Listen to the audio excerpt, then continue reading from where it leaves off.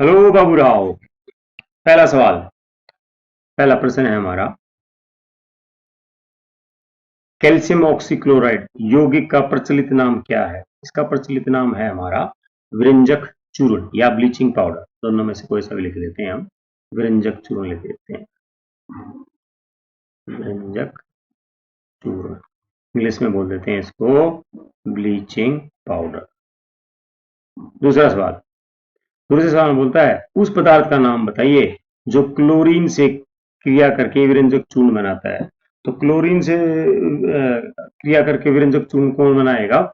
ये था हमारा कैल्शियम हाइड्रोक्साइड, CaOH2। इसका दूसरा नाम भी बोल देते हैं हम। इसका दूसरा नाम क्या है, याद करो। ये पीछे आ चुका हमारा, इसको बोलेंगे हम बुझा हुआ चूना भी बोल देते हैं ना।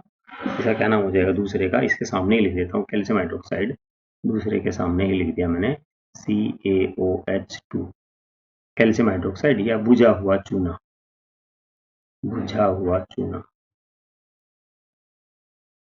बुझा हुआ चूना।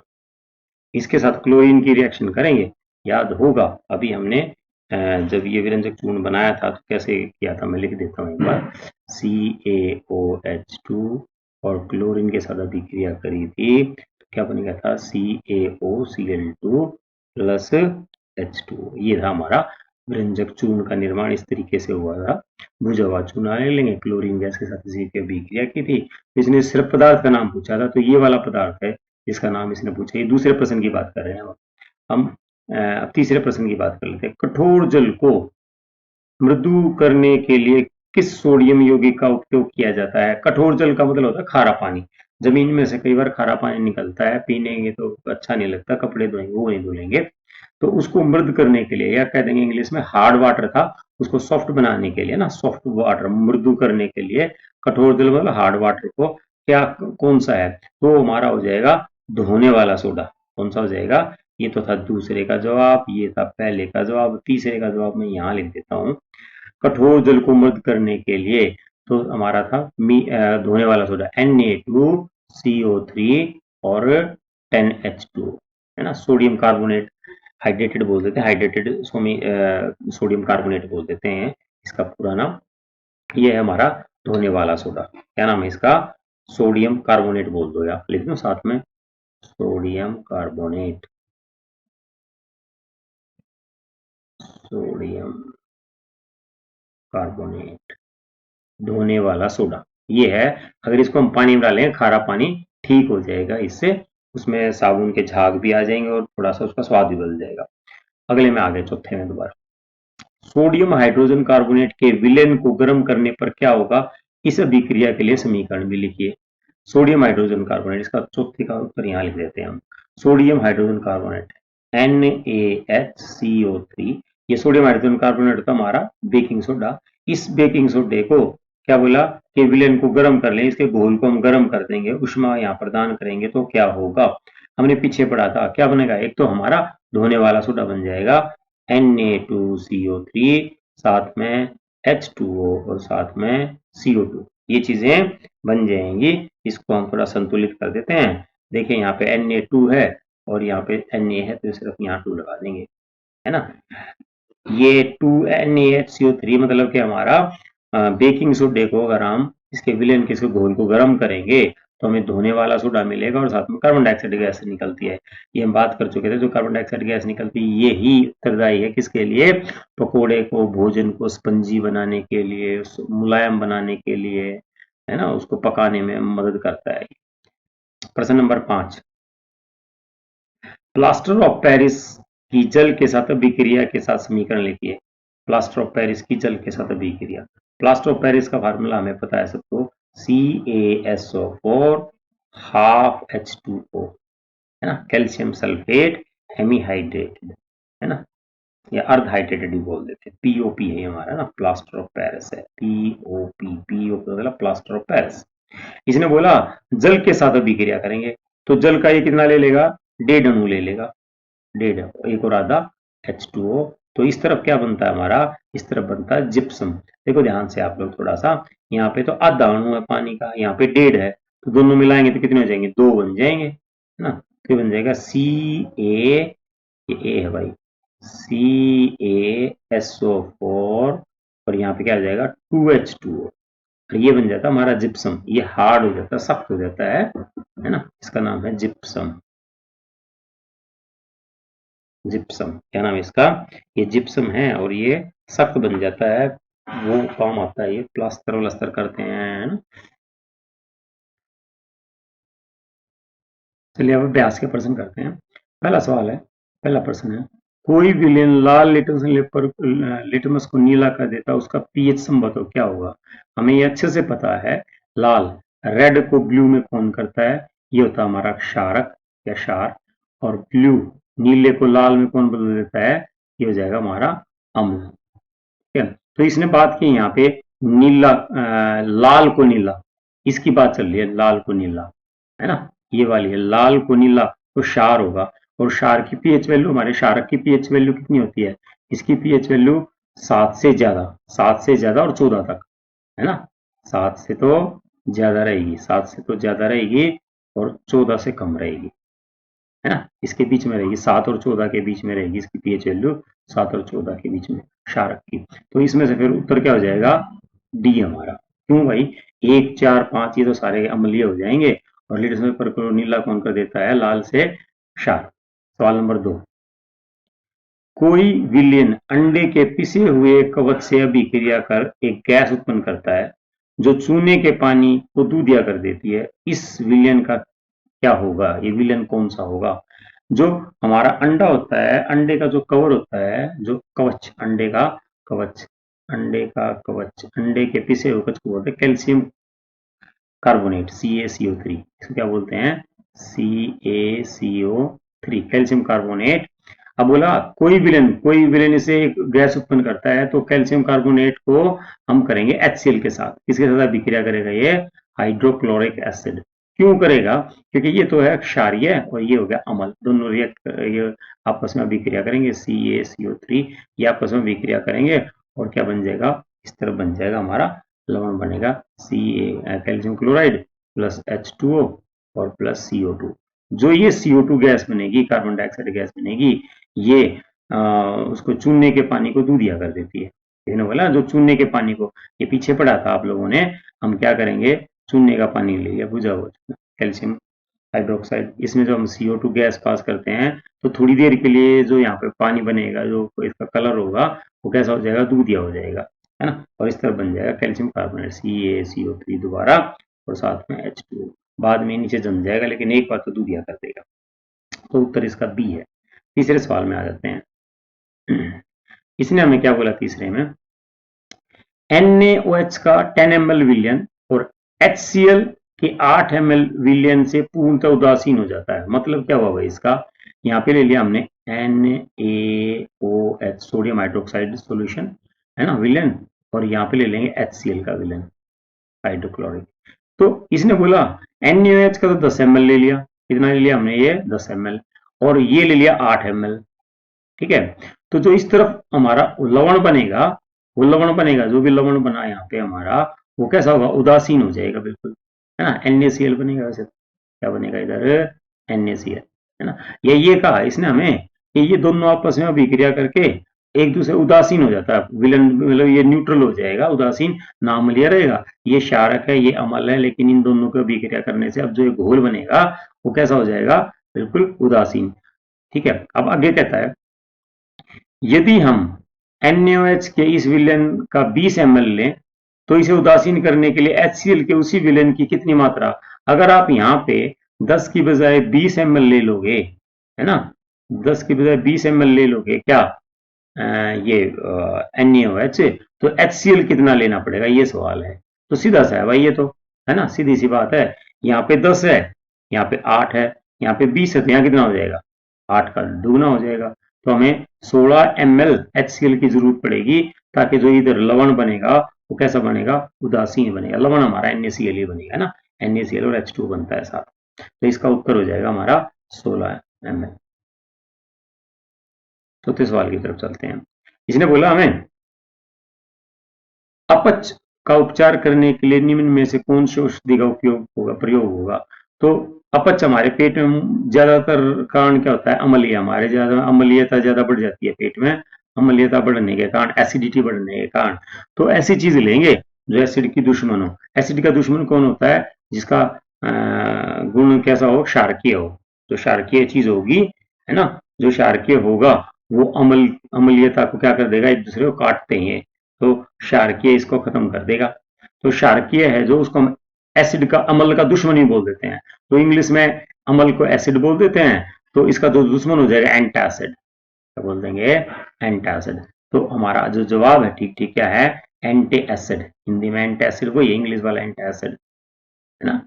तो अपच का उपचार करने के लिए कौन सी औषधि लेंगे हम, एंटासिड ले लेंगे, सी है इसका जवाब। 5वें में चलते हैं। किसने में बोला, निम्न अभिक्रिया के लिए पहले शब्द समीकरण लिखिए तथा उसके बाद संतुलित समीकरण लिखिए। इसने हमें बोला पहले शब्द समीकरण लिखो, उसके बाद संतुलित समीकरण लिखिए। तो शब्द समीकरण का मतलब इसको शब्दों में लिखें, लेकिन हम उल्टा कर लेते हैं, थोड़ा आसान हो जाएगा। हम पहले इसकी समीकरण ही लिख देते हैं। तनु सल्फ्यूरिक अम्ल, तनु सल्फ्यूरिक अम्ल हो जाएगा हमारा H2SO4, H2SO4। तनु सल्फ्यूरिक अम्ल दानेदार जिंक के साथ अभिक्रिया, जिंक एक धातु है हमारी, इसके साथ अभिक्रिया करके बनाएगा, जिंक सल्फेट बन जाएगा ZnSO4, और उस तरफ बन जाएगा हमारा, हमेशा हमेशा क्या होता है, धातु के साथ अभिक्रिया करके हाइड्रोजन गैस बनती है। तो इसको लिखने में आसानी हो जाएगी। ये तो इसे नाम दे रखा है, तनु सल्फ्यूरिक अम्ल है ये। तो क्या इधर इसकी शब्द समीकरण लिख देते हैं हम थोड़ा सा इसका। सल्फ्यूरिक अम्ल इसके साथ अभिक्रिया करेगा जिंक धातु के साथ, तो इस तरफ क्या बनेगा, जिंक सल्फेट बन जाएगा। ये जिंक जय है भैया, जिंक सल्फेट, जिंक सल्फेट, और साथ में गैस मिलेगी हम हाइड्रोजन, हाइड्रोजन गैस मिल जाएगी। अब बात कर लेते हैं दूसरे की, बी की, बी पार्ट की बात कर लेते हैं इसके। बी में क्या बोला भैया हमें, तनु हाइड्रोक्लोरिक अम्ल मैग्नीशियम पट्टी के साथ अभिक्रिया, तो इसकी भी ऐसे लिख लेते हैं हम पहले। हाइड्रोक्लोरिक अम्ल, हाइड्रोक्लोरिक अम्ल क्या हो जाएगा हमारा HCl, इसके साथ अभिक्रिया करेगा मैग्नीशियम पट्टी के साथ, तो क्या बना देगा भाई ये, मैग्नीशियम क्लोराइड, और साथ में हाइड्रोजन गैस। सभी में हाइड्रोजन गैस निकलेगी जब भी हम अम्ल के साथ एक धातु अभिक्रिया करेगी। तो इसका नाम इसने खुद बता रखा, हाइड्रोक्लोरिक अम्ल। अब इसका शब्द समीकरण लिख देते हैं हम, हाइड्रोक्लोरिक, हाइड्रोक्लोरिक, क्लोरिक अम्ल, और ये हो जाएगा मैग्नीशियम की पट्टी, यहाँ लिख देता हूँ, मैग्नीशियम, बस ये हो जाएगा मैग्नीशियम क्लोराइड। ये क्या बन जाएगा हमारा इधर, मैग्नीशियम क्लोराइड, ये वाला हो जाएगा मैग्नीशियम क्लोराइड। इसका नाम भी लिख दें यहाँ पे, इसका नाम इधर लिख देते हैं, मैग्नीशियम क्लोराइड,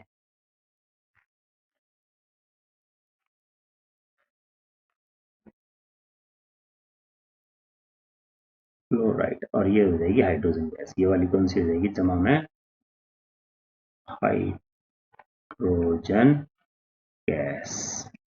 आ जाते हैं सी में, आसान आसान है ये, हम पहले कर चुके हैं सभी। सी क्या क्या बोला भाई, सी में बोला तनु सल्फ्यूरिक अम्ल एल्यूमिनियम चूर्ण के साथ अभिक्रिया, तनु सल्फ्यूरिक अम्ल H2SO4, H2SO4, अब किसके साथ अभिक्रिया करेगा, धातु है एल्यूमिनियम, तो ये क्या बन जाएगा हमारा एल्यूमिनियम सल्फेट, Al2SO4, ये याद रखना पड़ेगा बस, थ्राइस 3 आ जाएगा यहाँ पे। और इस तरफ क्या बन सकता है हमारा, इस तरफ तो एक ही चीज बनती है हमेशा हमेशा, तो क्या बनती है हमारी, हाइड्रोजन गैस बनती है, हाइड्रोजन। इसने ये भी बोला कि संतुलित करो भाई इसको, तो संतुलित करने के लिए देखिए यहाँ पे एल्यूमिनियम कितना है, 2 है, एक है यहाँ पे 2 है, तो हम यहाँ पे क्या लिख देंगे, 2 एल्यूमिनियम लिख देंगे। एल्यूमिनियम तो हो गए संतुलित, ठीक है। फिर हम इसकी बात करते हैं SO4, यहाँ पे SO4 थ्राइस है, तो यहाँ पे SO4 1 है, तो यहाँ पे थ्राइस लिख देंगे, ठीक है। और हाइड्रोजन की बात करें तो हाइड्रोजन कितने हो गए, यहाँ पे 6 परमाणु हो गए, यहाँ पे सिर्फ 2 परमाणु, तो यहाँ पे लिख देंगे 3। और इस तरीके से ये भी हमारी संतुलित हो जाएगी, ठीक है। ये पिछली वाली भी संतुलित नहीं किया हमने, यहाँ पे 2 लिख देंगे, है ना। इससे पिछली संतुलित कर रखी, इसलिए पिछली संतुलित थी पहले। इनके नाम की बात करें, अगर हम नाम की बात करें तो ये तो यहीं से देख लो या ऊपर से ही, तनु सल्फ्यूरिक अम्ल है, ये एल्यूमिनियम चूर्ण है, इसको बोल देंगे एल्यूमिनियम सल्फेट। इसका नाम लिख देता हूं मैं बस, इसका नाम क्या है, एल्यूमिनियम सल्फेट, एल्यूमिनियम सल्फेट है, इसका नाम लिख देते हैं हम aluminium sulphate, aluminium sulphate, aluminium कहाँ गया, एल्यूमिनियम, हाँ ये एल्यूमिनियम सल्फेट, एल्यूमिनियम सल्फेट, और ये तो हो जाएगी हाइड्रोजन गैस, हाइड्रोजन गैस। ठीक है, अब डी में आ गया, आखिरी वाले में डी है तनु हाइड्रोक्लोरिक अम्ल लोहे के रेत के साथ, रेतन लिख रखा है, लोहे का पाउडर के साथ है, एक तरह से लोहे के पाउडर के साथ तनु हाइड्रोक्लोरिक अम्ल HCl और आयरन, इसके भी क्रिया कर दो भाई। HCl हाइड्रोक्लोरिक एसिड है हमारा, और साथ में क्या है, आयरन है, तो ये बन जाएगा आपका FeCl2, फेरिक क्लोराइड, क्या बनेगा ये हमारा, फेरिक क्लोराइड बन जाएगा। ठीक है, अब इसको क्या लिख देंगे भाई हम यहाँ पे, और साथ में हाइड्रोजन गैस हो जाएगी, इसको भी संतुलित कर देंगे, ये संतुलित हो गया, तो सिंपल है, ये तो है ही हाइड्रोक्लोरिक अम्ल है, ये हमारा लो तत्व है, ये क्या हो जाएगा हमारा, ये बन जाएगा आयरन क्लोराइड, क्या बोल देंगे इसको, आयरन, आयरन क्लोराइड, क्लोराइड, और साथ में hydrogen gas, hydrogen gas. L, अगला सवाल है हमारा, अगला प्रश्न, एल्कोहल एवं ग्लूकोज जैसे यौगिकों में भी हाइड्रोजन होते हैं, लेकिन इनका वर्गीकरण अम्ल की तरह नहीं होता, एक क्रियाकलाप द्वारा इसे साबित कीजिए। इसने क्या बोला हमें, एल्कोहल ले लें हम, एल्कोहल की बात करें, एल्कोहल का सूत्र होता है आपका C2H5OH, ठीक है, ये एल्कोहल हो गया। ग्लूकोज C6H12O6, ये ग्लूकोज है, ये हमारा एल्कोहल है, ये हमारा ग्लूकोज है, ये दोनों लिख लिए हमने, और एक हम अम्ल लिख लेते हैं, कुछ हम अम्ल लिख लेते हैं। अम्ल क्या थे हमारे, अभी अभी हमने बात की, HCl लिख दिया, H2, दो अम्ल लिख दिया हमने। तो ये किताब वाला क्या कहता है कि भाई इनमें भी हाइड्रोजन, इसकी अम्ल क्यों है, अम्ल की पहचान क्यों है, क्योंकि इनमें हाइड्रोजन आयंस हैं, जो हाइड्रोजन आयन है वो निकलते हैं, है ना, इनमें हाइड्रोजन आयन उत्पन्न होते हैं, तो इसलिए ये अम्ल है। वो बोलता है कि एल्कोहल और ग्लूकोज में भी तो हाइड्रोजन है, फिर ये अम्ल की तरह क्यों नहीं जाने जाते, इसका इनका वर्गीकरण अम्ल की तरह क्यों नहीं करते, तो बोला है इस क्रियाकलाप के द्वारा साबित कीजिए। तो मैं थोड़ा सा वैसे पहले ही बता देता हूं, जब HCl है हमारा, जब HCl को या कोई भी अम्ल ले लें, कोई भी अम्ल ले लें, उसको जब पानी के संपर्क में आता है, जल के संपर्क में आता है, तो क्या होगा, ये दोनों टूट जाएंगे, हाइड्रोजन आयन अलग हो जाएगा और क्लोरीन आयन अलग हो जाएंगे, ये टूट जाते हैं जैसे ही जल के संपर्क में आते हैं। ठीक है, असली बात यह है कि जो अम्ल हैं वो हाइड्रोजन आयंस उत्पन्न करते हैं, इसीलिए वो अम्ल हैं। जबकि अगर हम ये ले लें, क्या नाम है इसका, इथाइल अल्कोहल या अल्कोहल ले लें, C2H5OH, इसमें कितना भी पानी मिलाएं, यहाँ पे हाइड्रोजन आयंस आएंगे, यहाँ पे हाइड्रोजन आयंस उत्पन्न नहीं होंगे, ये दोनों हाइड्रोजन आयंस उत्पन्न नहीं कर पाते, ये दोनों हाइड्रोजन आयंस उत्पन्न नहीं कर पाते, इसीलिए इनको हम अम्ल की तरह वर्गीकृत नहीं करते, अम्ल की तरह नहीं मानते इनको। ठीक है, जब ये जल के संपर्क में आएंगे, जल के संपर्क में आने के बावजूद, जल के संपर्क में आने के बावजूद भी हाइड्रोजन आयंस उत्पन्न नहीं कर पाते, नहीं मिलते हाइड्रोजन आयंस इनमें, है ना, इसलिए इसने बोला एक इसके लिए क्रियाकलाप करो, तो क्रियाकलाप ही आपकी किताब में दे रखा है इसने पहले से ही।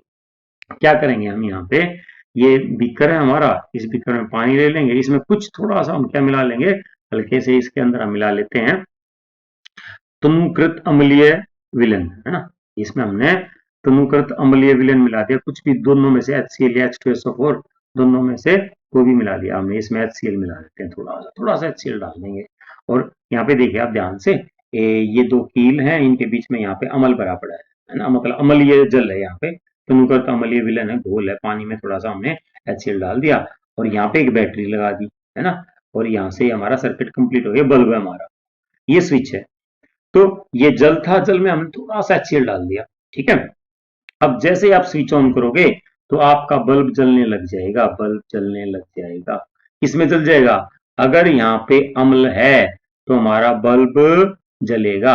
आपको लिखना पड़ेगा, ये चित्र बना देंगे, चित्र बना के सारी बातें लिख देंगे, है ना। 2 कील लगा देंगे, इसमें तनुकृत अम्लीय विलयन डाल देंगे, क्या कह देंगे, पानी में थोड़े से कुछ बूंद हम HCl डाल देंगे, रबड़ के कोर पे लगा दिया था, फिर इसको बैटरी जोड़ देंगे और एक बल्ब लगा देंगे, स्विच लगा देंगे। जैसे ही स्विच को ऑन करेंगे, दबा देंगे तो बल्ब जल जाएगा। किस में जल जाएगा? अम्ल में जल जाएगा। अगर हमारा अम्ल होगा तो बल्ब जल जाएगा, बल्ब क्या हुआ है, जल उठेगा, है ना, जलने लगेगा, कुछ भी बोल सकते हो आप। अब ये एक बात होगी। अब दूसरी बार में क्या किया, मैंने तनुकृत अम्ल हटा देता हूं, मैं यहाँ से जो इसने अम्ल लिख रखा ना, ये अम्ल हटा के यहाँ पे मैं लिख देता हूँ एल्कोहल। यहाँ पे क्या लिख देता हूँ मैं, इसने हमें जो सवाल में बोला था, क्या क्या दो दो चीजें हैं, या तो ग्लूकोज बोल दें या तो हम एल्कोहल बोल दें, है ना। एल्कोहल इंग्लिश में लिख दो बेशक, एल्कोहल, है ना, ये वाली एल्कोहल है ना, ये एल्कोहल है ये, और ग्लूकोज, दोनों में से कोई सा भी ले लो, एल्कोहल या ग्लूकोज, या ग्लूकोज, COS है ना, ग्लूकोज, ये वाला ग्लूकोज। एल्कोहल ले लो या ग्लूकोज ले लो। अब हमने ये लिया, और अब की बार सेम सब कुछ ऐसे के ऐसे ही है, और अब की बार फिर हमने इसमें बल्ब को जला के देखेंगे तो हमारा बल्ब नहीं जलेगा, है ना। अगर हम यहाँ पे एल्कोहल या ग्लूकोज ले लेंगे तो हमारा बल्ब नहीं जलता, जबकि अम्ल ले लेते हैं तो जलता है बल्ब, है ना। बात आई समझ में? तो यहाँ पे मैं लिख दूं, एल्कोहल लिया हमने तो एल्कोहल हिंदी में लिख देते हैं आपकी बात, एल्कोहल, ठीक है। और साथ में क्या, एल्कोहल के बाद ग्लूकोज, ग्लूकोज, तो इनमें क्या होगा, बल्ब नहीं जलेगा, बल्ब नहीं जलेगा। इसका कारण क्या है? इसका कारण ये है कि जो अम्लीय चीजें हैं, जैसे हमने HCl लिया था, जब वो अम्लीय घोल लेंगे तो ये अम्लीय घोल जल में, जब हम जल में मिलाएंगे इसको, तो क्या है, हाइड्रोजन आयन उत्पन्न करता है ना। और जो ये हाइड्रोजन आयन है, ये सर्किट को कंप्लीट कर देते हैं, यहाँ से सर्किट को क्या कर देंगे, कंप्लीट, इधर से उधर, एक तरफ से दूसरी तरफ जाने लग जाएगा करंट, है ना। बात है समझ में? लेकिन दूसरी बात कर दे तो हम, ग्लूकोज या ये हमारी C2H5OH था हमारा, हमने इसमें जल में मिला दिया, तो यहाँ पे हाइड्रोजन आयंस उत्पन्न ही नहीं हुए, ये हाइड्रोजन आयंस उत्पन्न नहीं होते, हाइड्रोजन आयंस उत्पन्न नहीं होंगे, तो इसीलिए इसमें से करंट भी प्रभावित नहीं होगा, है ना, तो बल्ब नहीं जलेगा। तो इसीलिए इन दोनों को हम, इनमें हाइड्रोजन तो है लेकिन इनको अम्ल नहीं मानते। इसमें बोला है इसने आश्रित जल, ये आश्रित जल क्या होता है, हमारा शुद्ध जल होता है, बिल्कुल आश्रित जल मतलब शुद्ध जल, मतलब कि इसमें कोई भी अशुद्धि नहीं होती, सिर्फ और सिर्फ जल होता है, सिर्फ H2O है, H2O के अलावा कोई भी मिलावट नहीं होती। दूसरा हमारा बारिश का पानी है, ये वर्षा जल है। वर्षा जल में क्या होता है, जो हमारा बारिश होगी तो हमारे जो आसमान है, हवा में धुएं के कारण क्या हो जाता है, इसको बोलते हैं oxides of nitrogen, oxides of sulphur, है ना। ये कई चीजें इस तरह की होती हैं, मतलब ये अम्लीय हैं एक तरह से, ना। जो ऑक्साइड होते हैं, धातु के ऑक्साइड्स होते हैं, वो अम्लीय होते हैं। तो अब जब बारिश होगी, ऊपर से पानी गिरेगा, ऊपर से पानी गिरेगा, तो ये पानी के साथ मिक्स हो जाते हैं, पानी के साथ घुल मिल जाएंगे, ये अम्लीय, तो वो अम्लीय मतलब कुछ वो शुद्धता उसकी खत्म हो जाएगी। तो शुद्ध जल था हमारा, एक वर्षा जल था। तो वर्षा जल तो क्या होता है, वर्षा जल में तो कुछ अम्लीय तत्व या अम्ल का कुछ ना कुछ हल्का फुल्का उसका हिस्सा होता है, तो वो शुद्ध नहीं रहता, तो उसमें अम्लीयता आ गई तो इसका मतलब उसमें हाइड्रोजन आयंस भी हो जाएंगे। हमने सीखा है कि अम्ल है, अम्ल जल के साथ मिलते ही, अम्ल जल के साथ मिलते ही क्या करेगा, अम्ल जल के साथ मिलते ही हाइड्रोजन आयंस उत्पन्न कर देगा। तो ये कह सकते हैं, आपको मोटा मोटा इतना लिखना है कि भैया वर्षा जल, उसके अंदर हाइड्रोजन आयंस होते हैं, हाइड्रोजन आयन उपस्थित होते हैं, वर्षा जल में हाइड्रोजन आयन उपस्थित होते हैं, जबकि जो शुद्ध जल है, आश्रित जल है, उसमें हाइड्रोजन आयन उपस्थित नहीं होते, हाइड्रोजन आयन नहीं होते, आयन नहीं होते। लेकिन अब विद्युत का चालक है, जो हमने पिछले सवाल में बात की, ये इसमें पिछले प्रश्न में, विद्युत के चालक के लिए क्या चाहिए, ये जो जल है इसमें से बिजली तभी जाएगी, एक तरफ से दूसरी तरफ किसी तरफ भी जाए, तो उसके लिए उसको आयंस चाहिए, कोई सा भी आयंस चाहिए, तो हम यहाँ पे हाइड्रोजन आयंस की बात कर रहे हैं। तो इस वाले जल में तो विद्युत चालक है, ये वाला जल, ये वाला विद्युत चालक नहीं है, विद्युत चालक इसलिए है क्योंकि यहाँ पे हाइड्रोजन उपस्थित है, यहाँ पे हाइड्रोजन आयन नहीं है। जल विद्युत चालक के लिए हमें किसी न किसी आयंस की जरूरत होती है, चाहे कोई सा भी आयन हो। यहाँ पे हाइड्रोजन आयंस नहीं है, इधर इधर तो नहीं है, इधर है, इसीलिए वर्षा जल विद्युत का चालक है, जबकि आश्रित जल विद्युत का चालक नहीं है। जल की अनुपस्थिति में अम्ल का व्यवहार अम्लीय क्यों नहीं होता है? अम्ल है हमारे, HCl है और एक H2SO, को दो की बात कर लेते हैं, ये अम्ल हैं। लेकिन अगर ये हमारे इनके पास इनमें जल नहीं होगा तो ये अम्ल होने के बावजूद भी अम्ल का व्यवहार नहीं करेंगे। अगर इनके अंदर हम नीला लिक्विड पेपर डाल देते हैं, उसको नीले को लाल नहीं कर पाएंगे। लेकिन अगर इनके अंदर हम थोड़ा सा भी जल मिला देंगे, थोड़ा सा भी जल मिला देंगे, तो अब ये जो घोल बनेगा, यहाँ पे जो घोल होगा, ये नीले को लाल कर देगा। कहने का मतलब ये है कि ये अम्ल अब अम्ल का काम करेगा अगर इसमें जल होगा तो, और जल की अनुपस्थिति में अम्ल का काम नहीं करता। कारण क्यों है? जो भी हमारे अम्ल हैं, जल की उपस्थिति में ही ये हाइड्रोजन आयन उत्पन्न करते हैं। बस ये छोटी सी बात है। जल की उपस्थिति में ही अम्ल हाइड्रोजन आयन उत्पन्न करते हैं। अगर हाइड्रोजन आयन होंगे तो वो अम्ल का काम करेगा, अम्ल का व्यवहार करेगा, वरना अम्ल का व्यवहार नहीं करेगा। तो जल की अनुपस्थिति में हाइड्रोजन आयन उत्पन्न नहीं होंगे और वो अम्ल का व्यवहार नहीं करेगा। 5 विलयन A, B, C, D व E की जब सार्वत्रिक सूचक में जांच की जाती है तो पीएच के मान क्रमशः 4, 1, 11, 7, 9 प्राप्त होते हैं। कौन सा विलन उदासीन है, कौन सा क्षारीय है, इनमें से बताया। हम इसको इस तरह से लिख देते हैं, ए बी सी डी और ये ई, और इसकी इनके सामने पीएच मान रख देते हैं। 4, 1, सी का है 11, इसका 7 और इसका 9। तो हमें ये पता है कि हमारा जो यूनिवर्सल इंडिकेटर होता है, सार्वत्रिक सूचक होता है, उसमें जब डालेंगे किसी भी अम्ल या क्षार में डालते हैं तो 0 से लेके 14 तक मान होता है, और जो 7 वाला होता है वो उदासीन होता है। 7 से कम वाला क्या हो जाएगा? अम्ल हो जाएगा। 7 से ज्यादा वाला क्या हो जाएगा? क्षारक या क्षार हो जाएगा। ठीक है, ये हमें सबको पता है। तो इसने बोला उदासीन, तो उदासीन हमें पता लग गया, उदासीन कौन सा होगा? 7 वाला होगा, तो उदासीन हो गया डी। डी क्या हो जाएगा हमारा? उदासीन। इसके आगे लिख देते हैं हम, उदासीन है भैया, तो उदासीन मत रहा कर। दूसरा है प्रबल क्षारीय, प्रबल क्षारीय। अब इसमें क्षारक किस तरह बढ़ेगा? क्षारक की प्रबलता इस तरह बढ़ेगी 14 की तरफ। तो इसमें देखा हमने 11 सबसे ज्यादा है, तो इसी को हम बोल देंगे प्रबल क्षारक, प्रबल क्षारीय। क्यों? क्योंकि 11 इसमें जो पीएच मान है 11 सबसे ज्यादा है, और जिसका पीएच मान सबसे ज्यादा वो प्रबल हो जाएगा यहाँ पे, है ना। तो हमारा प्रबल क्षारीय कौन सा हो गया? ये हो जाएगा हमारा सी। अब बात करता है प्रबल अम्लीय। प्रबल अम्लीय अम्ल कब होगा? जब जितना 0 के पास होगा उसका पीएच मान। तो इसमें हमने पीएच मान देखा सबसे कम कौन सा है? 1 का है, तो बी है, तो बी हो जाएगा हमारा प्रबल अम्ल, प्रबल अम्ल हो जाएगा। अब आएगा दुर्बल अम्ल। जैसे जैसे 0 से बढ़ता जाएगा पीएच मान तो दुर्बल होता जाएगा। तो 0 के बाद आ गया 4, 0 के बाद क्या आया? 1 के बाद क्या आया? 4, तो ये दुर्बल हो जाएगा, ये दुर्बल अम्ल हो जाएगा, दुर्बल अम्ल। अब आगे बात करते हैं दुर्बल क्षारक। दुर्बल क्षारक कौन सा हो जाएगा? ये एक ही बचता है, दुर्बल क्षारक, है ना। ये क्या हो जाएगा हमारा? इसको इससे लिख लेते हैं, दुर्बल क्षारक। क्योंकि इस तरफ तो क्षारक, इस तरफ क्षारक ज्यादा प्रबल होते हैं, जैसे जैसे इस तरफ आएंगे पीएच मान कम होता जाएगा तो हमारा दुर्बल हो जाएगा। तो ई जो 9 है जिसकी पीएच मान, वो क्या हो जाएगा? दुर्बल क्षारक, दुर्बल क्षारीय है ये हमारा। तो अब इसकी बात कर लेते हैं। तो कौन सा विलन? ये तो पता लग गया हमें कौन कौन सा है। पीएच के मानों को हाइड्रोजन आयन की सांद्रता के आरोही क्रम में लिखिए। आरोही क्रम मतलब के पहले कम, फिर ज्यादा, फिर ज्यादा, फिर ज्यादा। तो सबसे पीएच मान किसका ज्यादा है? 11 है, सबसे कम हाइड्रोजन आयन है इसमें। 11 के बाद कौन सा हो जाएगा? 9। 9 के बाद कौन सा हो जाएगा? 7, 4, 1। 11 वाला क्या है भाई हमारा? 11 वाला हो जाएगा सी।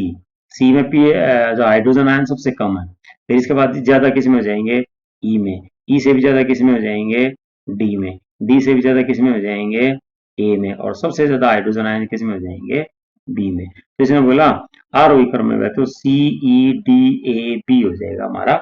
इस तरीके से हमने इनको आरोही क्रम में लिख दिया। किसके आरोही, हाइड्रोजन आयन की सांद्रता के आरोही क्रम में व्यवस्थित कर, तो सी ई डी ए बी, क्योंकि इस तरफ जाएंगे तो हाइड्रोजन आयन बढ़ते जाएंगे एसिड की तरफ, अम्ल की तरफ बढ़ते हैं।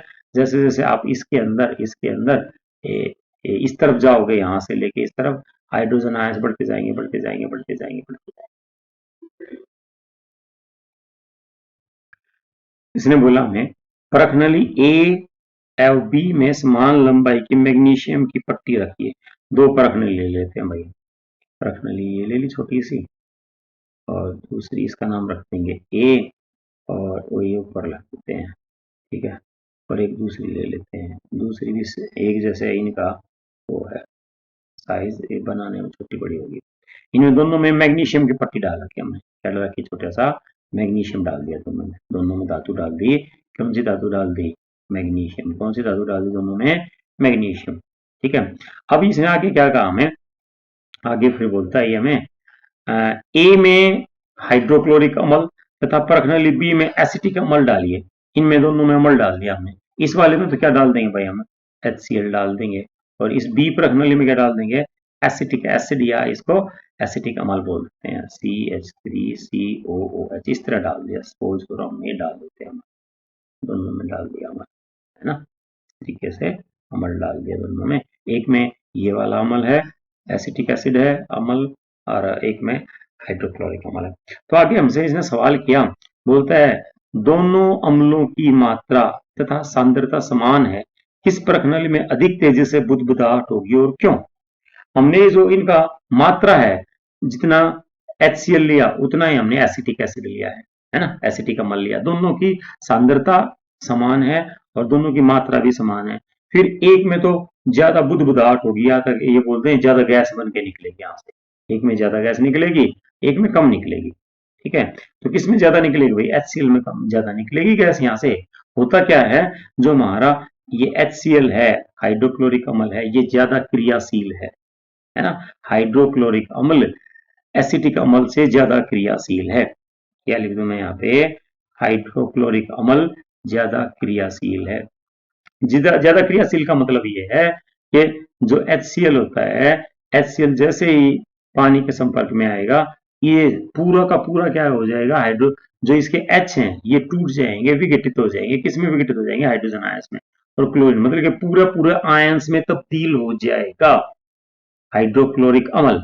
जबकि CH3COOH है, अगर हम इसको जल में मिलाएंगे, इसको जल में मिलाएंगे, तो जो हमारे ये वाले हाइड्रोजन है, ये जो हाइड्रोजन आयंस है, आंशिक रूप से विघटित होगा, सारा नहीं टूटेगा, ये कुछ हिस्सा इसका टूटेगा, कुछ ऐसे ही रहेगा। तो ये कम क्रियाशील है।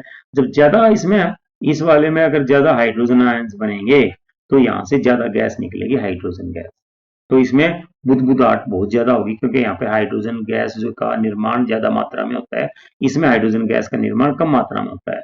ये कहते हैं ये कम क्रियाशील है, ये अधिक क्रियाशील है। इसका रीजन, इसका जो कारण है, मेन मुख्य कारण ये है कि ये पूर्ण रूप से हाइड्रोजन आयंस में विघटित हो जाता है, ये आंशिक रूप से हाइड्रोजन आयंस में विघटित होता है। इसने बोला ताजे दूध के पीएच का पीएच मान 6 होता है, दही बनने जाने पर इसके पीएच के मान में क्या परिवर्तन होता है, अपना उत्तर समझाइए। हम दूध की बात करते हैं, आप जब दूध निकालते हैं, ताजा दूध अगर हमारे पास है, तो जो उसकी पीएच वैल्यू है, जो उसका पीएच मान है, कितना होगा, 6 होगा, ठीक है। अब बात करते हैं दही बनेगी तो क्या फर्क पड़ता है, ऐसा क्या हो गया इसमें। जो हमारे पास ये बर्तन है, इस बर्तन में हमने दूध डाल रखा है, ठीक है, इस बर्तन में हमारा दूध है, और हमें इसकी, या तो इसमें हम खट्टा अलग से डाल देते हैं, दूध था इसमें खट्टा डाल दिया, या ऐसे ही रख दिया, लेकिन अगर तापमान आसपास का बढ़ जाएगा, या तो आपने इसमें खट्टा डाल दिया, खट्टा समझते हैं हम, इसमें दूध है हमारा, या तो इसमें खट्टा डाल दिया, या ऐसे ही छोड़ देंगे, गर्मी में ऐसे ही छोड़ देंगे। तो खट्टा डालने से या गर्मी में ऐसे ही छोड़ने से इसमें बैक्टीरिया उत्पन्न हो जाते हैं। क्या उत्पन्न हो जाएंगे, इसमें बैक्टीरिया उत्पन्न हो जाएंगे। बैक्टीरिया लिख दें, इंग्लिश में लिख देता हूँ, इसमें क्या हो जाएगा, बैक्टीरिया उत्पन्न हो गए। किसके कारण हो गए, या तो हमने इसमें खट्टा डाला था या फिर हमने इसमें इसको ऐसे ही छोड़ दिया था, ज्यादा गर्मी के कारण अपने आप इसमें बैक्टीरिया उत्पन्न हो जाएंगे। और जो बैक्टीरिया है वो बैक्टीरिया निर्माण करेगा लैक्टिक अम्ल का। दूध के अंदर अपने आप बैक्टीरिया उत्पन्न होगी गर्मी के कारण या खट्टा डालने से। अब उस बैक्टीरिया ने निर्माण किया लैक्टिक अम्ल का। इसका लैक्टिक एसिड बोल दें या अम्ल। ये जो लैक्टिक अम्ल है, जब अम्लीयता बढ़ेगी दूध की, जैसे आपको पता है अम्ल बढ़ेगा तो उसका पीएच मान कम हो जाएगा। तो जो लैक्टिक अम्ल है, अब पहले तो दूध का पीएच मान कितना था हमारे, दूध का पीएच मान 6 था, लेकिन जैसे इसमें बैक्टीरिया उत्पन्न हो गया तो इसका पीएच मान कितना हो जाएगा, 4.5 और 5.5 के बीच में हो जाएगा, और ये बन जाएगी हमारी दही, खट्टी हो जाएगी, क्योंकि जो चीज खट्टी होगी उसका पीएच मान कम होता है। तो इसने बोला था भाई परिवर्तन की इसमें हो जाएगा, 4.5 और 5.5 में हो जाएगा। और हुआ क्यों, क्योंकि इसके अंदर खट्टा डालने से, हमने खट्टा डाला मतलब हमने बैक्टीरिया डाल दिए, और वो बैक्टीरिया क्या उत्पन्न करते हैं, लैक्टिक अम्ल उत्पन्न करते हैं। लैक्टिक अम्ल क्या करेगा, उसका पीएच मान घटा देगा और वो दही बन जाएगी। अगला प्रश्न है, एक ग्वाला ताजे दूध में थोड़ा बेकिंग सोडा मिलाता है। पहला सवाल है, ताजा दूध के पीएच के मान को 6 से बदलकर थोड़ा क्षारीय क्यों बना देता है। देखिए, जो हम दूध लेके आए वो ड्रम होते हैं, दूधिया के पास ड्रम होते हैं बड़े बड़े इस तरीके से, है ना, बड़े बड़े ड्रम। मोटरसाइकिल पे साइकिल पे लाद लाद के बेचारे बहुत मेहनत करते हैं, 4 बजे उठ जाते हैं, है ना, इसमें इसको बांध के बहुत मेहनत करते हैं, और सुबह गांव से दूध लेके जाएंगे शहर में। ठीक है, तो हमारा सवाल इसने क्या किया भाई, बोले ये दूध का जो पीएच मान है, दूध का पीएच मान कितना होता है, 6 होता है। इसको थोड़ा बदल के इसमें थोड़ा बेकिंग सोडा क्या होता है हमारा, बेकिंग सोडा होता है NaHCO3, सोडियम हाइड्रोजन कार्बोनेट। इसका नेचर कैसा होता है, इसकी प्रकृति कैसी होती है, क्षारीय। कैसा होता है ये, क्षारीय। ठीक है, और हमें ये पता है कि जो 7 हमारा ये है, 0 यहाँ पे है, 14 यहाँ पे बीच में 7, 7 कैसा होता है, उदासीन होता है। तो 6 जिसका पीएच मान होगा, इसका मतलब थोड़ा सा हल्का सा अम्लीय होगा बिल्कुल। तो वो जो पीएच, दूध के पीएच के मान को 6 से बदल के थोड़ा क्षारीय क्यों बना दिया, इसमें इसने क्या मिला दिया दूध में, ये दूध था हमारे पास, इसने दूध लिया ने जो वाला था दूध में मिला दिया थोड़ा सा, चुटकी भर NaHCO3 मिला दिया, चुटकी भर। ये क्या होगा, इसकी जो, अब एक तरह से ये मिलाने से उस दूध का क्या हो जाएगा, क्षारीय, जो क्षारीय उसका प्रकृति है हो जाएगी हल्की सी, उसकी दूध की क्षारीय प्रकृति हो जाती है। अब क्षारीय प्रकृति क्यों कर दी भाई उसने, इसलिए कर दी, अगर हम दूध को ऐसे 6 के पीएच में हम पे रख ले, वो अपने घर से लेके चल पड़ा, ताजा दूध लेके चल पड़ा, उसका पीएच मान 6 था। जैसे जैसे वो घर से जाएगा तो थोड़ी गर्मी बढ़ेगी, जैसे दूर जाएगा टाइम टाइम के साथ साथ साथ साथ उसका पीएच मान अपने आप ऑटोमेटिकली कम होता जाएगा, कम होता जाएगा। जैसे ही पीएच मान 5 के आसपास पहुंचेगा तो वो दूध एक तरह से खराब हो जाएगा, या कह देंगे खट्टा हो गया, दही बन गई, है ना। वो जाके उसके घर पे पहुंचेगा और वो ले जी दूध लो, उन्होंने बर्तन में डालेगा, दूध की जगह दही डल जाएगी। वो बोला, ओ भाई दूध डाल, दही नहीं। वो कहेगा जी मैं तो घर से दूध लेके चला था। तो उसका बेचारे का नुकसान हो जाएगा, उनको दूध नहीं मिलेगा, उनका नुकसान हो जाएगा।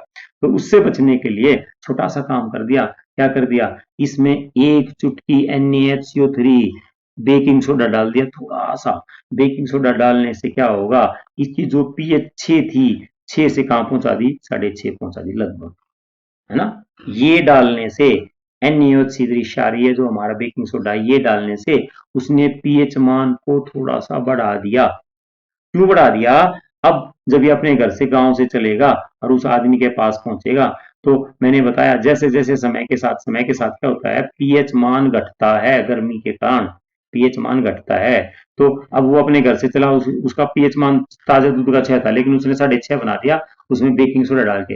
अब वो मोटरसाइकिल पे या कैसे भी जाएगा, दूर शहर में जाके दूध बेचेगा, तो पीएच मान कितना हो जाएगा, 6 भी हो सकता है ना, 6.2 भी हो सकता है, 6.3 भी हो सकता है, इतना ही होगा, या 5.8 भी हो सकता है। तो एकदम पीएच मान धीरे धीरे धीरे धीरे कम होगा, तो दूध खराब नहीं होगा इसका, तो यहाँ पे उसको दूध ही मिलेगा और वो नाराज भी नहीं होंगे, इसका दूध भी खराब नहीं होगा। तो हम ये लिख देंगे उसका उत्तर, इसके अंदर NaOH डालने से उसका जो उसका पीएच मान 6 से बढ़कर लगभग 6.5 हो जाता है, जिससे वो जमता नहीं, खराब नहीं होता, और वो कहीं भी उसको लेके जाएगा तो भी वो दूध खराब नहीं होगा, क्योंकि उसका पीएच मान धीरे धीरे कम होगा, और जहां पे अपने गंतव्य तक पहुंचेगा तो भी वो 5.5 तक तो नहीं आएगा। दूसरा सवाल देख लेते हैं इसका। बोला, इस दूध को दही बनने में अधिक समय क्यों लगता है? भाई अभी हमने पिछले में पढ़ा था कि दूध है, दूध का पीएच मान 6 है, जब उसका पीएच मान घट के 5.5 के आसपास हो जाएगा, 5.5 या 4.5 के बीच में हो जाएगा, तो दही बन जाएगी, है ना। लेकिन जो ये दूध या वाला दूध है, ग्वाले वाला दूध है, ये तो पहले ही घर से क्या डाल के लाया था इसमें, ये तो इसमें मीठा सोडा डाल के लेके आया था, NaFCl3 डाल के लाया था, बेकिंग सोडा डाल के लेके आया था इसमें ये, है ना। तो अब इसका पीएच मान थोड़ा सा ज्यादा है, बात है समझ में। अब इसका पीएच मान 6 नहीं है, इस जो दूध या जो ग्वाला घर पे दूध लेके आया, उसका पीएच मान लो हम 6.2 है, 6.5 है, 6.3 है, कितना भी हो सकता है, लेकिन 6 भी नहीं था, वो 6 से थोड़ा सा ज्यादा था। अब 6 से 4.5 और 5.5 के बीच में आना थोड़ा ज्यादा टाइम लगेगा, है ना, क्योंकि वो उसमें क्या मिला के लाया था, मीठा सोडा या बेकिंग सोडा मिला के लाया था। बेकिंग सोडा मिलाने के कारण उसका पीएच मान बढ़ गया। पीएच मान बढ़ने के कारण अब दही तो जमेगी 4.5 और 5.5 के बीच में, तो उसको थोड़ा सा समय ज्यादा लगता है। दूध या वाले दूध को जमाएंगे तो थोड़ा सा ज्यादा टाइम लगेगा, क्योंकि उसका पीएच मान बढ़ा हुआ, उसको नीचे आने में थोड़ा समय लगेगा। प्रश्न है, प्लास्टर ऑफ पेरिस को आर्द्र रोधी बर्तन में क्यों रखा जाना चाहिए, इसकी व्याख्या कीजिए। जो हमारा प्लास्टर ऑफ पेरिस होता है, POP, वो है CaSO4, अर्ध हाइड्रेटेड बोल दें, या तो अर्ध जलीय बोल दें, इसमें हाइड्रेटेड बोल देते हैं, अर्ध हाइड्रेटेड या hemi hydrated, calcium sulphate hemi hydrated इसका पूरा नाम, या छोटा सा हम बोल देते हैं POP। इसकी खासियत क्या होती है, ये पाउडर के रूप में है, ये पाउडर के रूप में है, लेकिन जैसे इसको थोड़ा सा जल मिल जाएगा, थोड़ा सा मतलब सिर्फ 1.5 अणु मिल जाएंगे जल के, ये थोड़ा सा जल मिलेगा इसको, POP को थोड़ा सा जल के संपर्क में आते ही POP की जगह बन जाएगा CaSO4 2H2, है ना। ये तो कोई हिसाब किताब लगा लो, 1.5 आधा यहाँ पे था, 1.5 यहाँ पे, तो ये 2H2 बन जाएगा, और इसकी प्रकृति बदल गई, इसका नाम बन जाएगा जिप्सम। ये क्या बन गया हमारा, जिप्सम है। और ये कैसा होता है, सख्त हो जाएगा, थोड़ी सी देर बाद ही सख्त हो जाएगा, हार्ड बन जाएगा ये, है ना, जम जाएगा ये तो पाउडर की फॉर्म में रहता हमेशा हमेशा हमेशा, लेकिन जैसे ही ये जल के संपर्क में आएगा तो ये सख्त हो जाएगा, जम जाएगा, और एक तरह से हमारे किसी काम का नहीं रहेगा। तो करते क्या है भाई, ये जो POP रखते हैं दुकान वाले या कोई भी, उसको ऐसी जगह रखते हैं कि वहां पे पानी ना हो, आर्द्ररोधी मतलब कि नमी ना हो, मतलब मॉइस्चर ना हो, नमी समझते हो ना, थोड़ी सी भी नमी नहीं होनी चाहिए, अगर नमी होगी तो वहीं पे पत्थर बन जाएगा, उसका जम जाएगा वो, है ना। नमी आर्द्ररोधी मतलब के जो मॉइस्चर रहित होना चाहिए, नमी नहीं होनी चाहिए, ऐसे बर्तन में रखते हैं, क्योंकि उसको थोड़ी सी भी नमी मिल जाएगी, थोड़ा सा भी पानी, नमी एक ही बात है ना, आर्द्रता या आर्द्र बोलते हैं, आर्द्रता, है ना, ये एक ही मतलब, आर्द्रता, नमी या मॉइस्चर, थोड़ा सा या जल, इनमें से कुछ ही बोल दो इसको, मिलते ही वो जिप्सम में बदल जाएगा और एक तरह से काम का नहीं रहेगा। तो POP को सुरक्षित रखने के लिए उसे आर्द्र रोधी या नमी रोधी बर्तन में रखा जाता है। अगला प्रश्न है, उदासीनीकरण अभिक्रिया क्या है, दो उदाहरण दिए। उदासीनीकरण मतलब न्यूट्रलाइजेशन, इंग्लिश में क्या बोलते हैं इसको, न्यूट्रलाइजेशन रिएक्शन, है ना। तो न्यूट्रलाइजेशन या उदासीनीकरण होता क्या है, अगर एक अम्ल ले लें हम और एक क्षारक ले लें, ये दोनों आपस में अभिक्रिया करेंगे तो इस तरह हमारा लवण बनता है और साथ में जल बनता है। इसी अभिक्रिया को हम बोलते हैं उदासीनीकरण अभिक्रिया। इसने बोला दो उदाहरण दो, तो एक HCl ले लिया हमने और एक क्षारक ले लिया NaOH, सोडियम हाइड्रोक्साइड, तो इस तरफ क्या बनेगा, इस तरफ लवण NaCl बन जाएगा और साथ में जल बन जाएगा H2O। और भी कोई अम्ल ले लो, अब की बार H2SO4 ले लेते हैं, H2SO4 का साफ लिख दूं, H2SO4, और यहाँ पे कोई भी और भी ले सकते हैं, वैसे तो ये ले लिया हमने, तो इस तरफ क्या बन जाएगा हमारा Na2SO4, और साथ में यहाँ पे क्या बन जाएगा, जल ही बनेगा, है ना। इनको संतुलित कर देते हैं यहाँ पे हम, ठीक है। संतुलित हो गया, यहाँ पे 2 आ जाएगा, यहाँ पे कितने हो गए 6, ऑक्सीजन के भी कितने हो गए 6, अब ये संतुलित हो गया।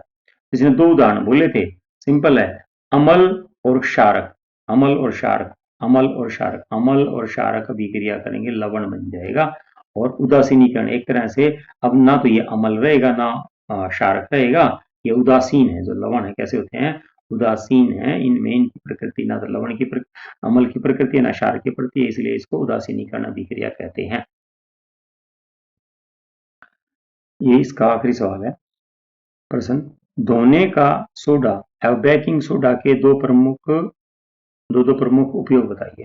एक तरफ हम कौन सा लिख लेते हैं, धोने का, और एक तरफ बेकिंग। धोने का सोडा, धोने का सोडा या दूसरा नाम वॉशिंग सोडा। सूत्र क्या था इसका, Na2CO3। अब यहाँ पे बेकिंग सोडा लिख लेते हैं, है ना, बेकिंग सोडा। बेकिंग सोडा या तो इसको हम खाने का सोडा बोलते हैं, मीठा सोडा बोलते हैं अपनी भारतीय भाषा में, NaCO3। इनके दो उपयोग बोल दिए। एक तो ये तो पहला उपयोग ये है कि जो धोने का नाम, ये धोने का सोडा, तो ये हमारे कपड़े उपड़े धोने में काम आता है ना। कहाँ पे यूज होता है इसका, इसको घरों की साफ सफाई के लिए, है ना, धोने का सोडा है तो क्या लिख देंगे, कपड़ों की साफ सफाई के लिए, कपड़ों की भी और चीजों की, कपड़ों की साफ सफाई में प्रयोग होता है। दूसरा इसका क्या यूज होता है, जो हमारा धोने का सोडा है, जल की स्थायी कठोरता को दूर करता है। जल की कठोरता को, जल की स्थायी कठोरता को दूर करता है। अगर खारा पानी है, कठोर जल है, झाग नहीं उठता, मीठा नहीं है ना, कठोरता को दूर करता है, तो हम क्या करेंगे, उसमें कुछ चुटकी भर के ये मीठा सोडा, ये सॉरी वॉशिंग सोडा बोल दें, या तो धोने का सोडा, ये Na2 सोडियम कार्बोनेट डाल देंगे उसमें। ये डालने से क्या हो जाएगा, वो मृदु हो जाएगा, सॉफ्ट वाटर हो जाएगा, वो हम उसको प्रयोग कर सकते हैं, जल की स्थायी कठोरता को दूर करने में इसका प्रयोग। ये दो लिख दिया हमने, है ना। इसके अलावा वैसे इसने एक वो दो बता रखा, आपकी किताब में लिखा पड़ा है कि इसका उपयोग करते हैं हम कांच में, साबुन और कागज के उद्योग में करते हैं, लेकिन इसने दो ही बोले, हम दो ही लिख लेते हैं। अब इसकी बात कर लेते हैं इधर वाले की। बेकिंग सोडा का यूज क्या करते हैं हम, बेकिंग पाउडर बनाने में। इसका यूज कहाँ पे करते हैं, बेकिंग पाउडर। बेकिंग पाउडर एक तरह से बेकिंग सोडा की रसोई में यूज करते हैं। बेकिंग पाउडर प्योरली रसोई के लिए बनता है। इसे करते क्या हम, जो हमारा NaHCO3 था, इसमें एक चुटकी थोड़ा सा बिल्कुल टार्टरिक अम्ल डाल देंगे। क्या डाल देंगे, अम्ल, अम्ल मतलब हाइड्रोजन आयन डाल दिया हमने। आप इसमें लिख दोगे कि बेकिंग सोडा में थोड़ा सा टार्टरिक अम्ल डालने से बेकिंग पाउडर बनता है, जो खाना बनाने, उसको स्पंजी बनाने, मुलायम बनाने, नरम बनाने में काम आता है। दूसरा, फिर इसका एक दूसरा यूज क्या है, दूसरा यूज या उपयोग क्या है इसका, ये एंटासिड का काम करता है। इसका एंटासिड, ये काम करेगा एंटी एसिड का। एंटी एसिड का मतलब हम समझते हैं, एंटी एसिड वो होता है जो हमारे पेट में जो क्षारीय तत्व होते हैं उनको, सॉरी एसिड हैं, जो एसिडिटी को कम कर देता है, anti acid. Anti anti acid English का शब्द है वैसे, एंटी एसिड, एंटा एसिड। क्यों, क्योंकि जो ये NaOH है, इसकी जो प्रकृति है क्षार की है, इसकी प्रकृति क्षार की है, 9 के आसपास इसकी pH मान है, तो ये बिल्कुल एक तरह से दुर्बल क्षारक है, तो ये हमारे नुकसान भी नहीं पहुंचाता। बेकिंग सोडा हल्का सा इसका हम ये यूज कर सकते हैं। तीसरा भी है, एक आग बुझाने में काम आता है ना, सोडा एसिड, इस तरह बोलते हैं ना, अग्निशामक था वो हमारा, लेकिन हमारे दो ही की बात थी तो हम दो, और इस तरीके से ये पाठ खत्म।